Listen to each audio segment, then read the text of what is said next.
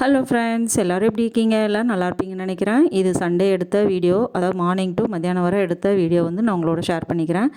Sunday, அதுவும் இன்றைக்கி வந்து சமையல் ரொம்ப பிரமாதம் கிடையாது. ஏன்னா இன்றைக்கி பிரதோஷம், அதனால் நான்வெஜ் கிடையாது, ஒன்லி வெஜிடேரியன் தான். அதாவது எல்லாமே சிம்பிளான டிஃபன், சிம்பிளான லஞ்சுங்கிறதுனால க்ளீனிங் ஒர்க் ஆரம்பிக்கலாம் அப்படின்ட்டு ஒரு சேனலில் சொன்ன ஒரு லிக்விடை ரெடி பண்ணிக்கிட்டேன். அதாவது கல் உப்பு, அப்புறம் சோப்பு வந்து பவுடராக நுணுக்கிட்டு, அது lemon, baking soda, washing liquid இதெல்லாம் மிக்ஸ் பண்ணி நல்லா லிக்விடாக ஆக்கிட்டு வடிகட்டிட்டு ஸ்ப்ரே பாட்டிலில் ஊற்றிட்டு எல்லா இடமும் ஸ்ப்ரே பண்ணிவிட்டு அது 20 நிமிஷம் கழிச்சிட்டு வாஷ் பண்ணணும் அப்படின்னாங்க.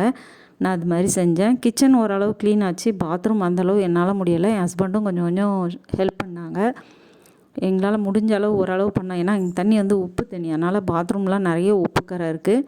சரி, கொஞ்சம் கொஞ்சமாக தேய்ச்சி விட்டுக்கலாம் அப்படின்ட்டு க்ளீனிங் வேலையெல்லாம் முடிச்சுட்டு ஃப்ரெஷ் ஆகிட்டு உப்புமா செஞ்சு சாப்பிட்டாச்சு.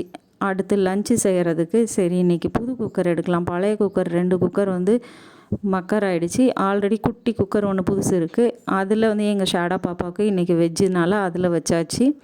நான் வெஜ்ஜுக்குன்னு தனி குக்கரும் நான்வெஜ்ஜுக்குன்னு தனி குக்கரும் வச்சுக்கிருவேன். அதனால் இன்றைக்கி வந்து புது குக்கர் எடுத்து இன்றைக்கி அதில் சாம்பார் சாதம் ரெடி பண்ணிட்டேன். சாம்பார் சாதம், தயிர், அப்பளம் தாங்க இன்றைக்கி லஞ்சு. நம்ம வேலை வந்து எக்ஸ்ட்ரா வேலை க்ளீனிங் பார்க்குறப்போ டிஃபனு லஞ்ச் எல்லாமே லைட்டாக பண்ணிக்கிட்டோம்னா தான் நம்மளுக்கு டயர்டாகாமல் இருக்கும். இன்றைக்கி பிரதோஷங்கிறதுனால இதுவரை வெஜிடேரியனே செஞ்சுக்கிட்டோம். டிஃபன் வந்து லஞ்சு செஞ்சுக்கிட்டே இருக்கிறப்பமே கொஞ்சம் டயர்டான மாதிரி இருந்தது. கொஞ்சம் இஞ்சியும் லெமனும் புழிஞ்சு ஜூஸ் குடிச்சுக்கிட்டோம். வெயில் வந்து அதிகமாக இருக்கிறதுனால எல்லாருமே நிறைய தண்ணி குடிக்கணும். 4 லிட்டர் தண்ணி ஒரு நாள் குடிக்கணுங்கிறாங்க.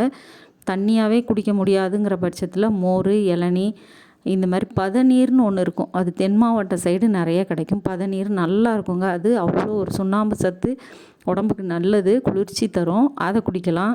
நொங்கு, இளநீ குடிக்கலாம்.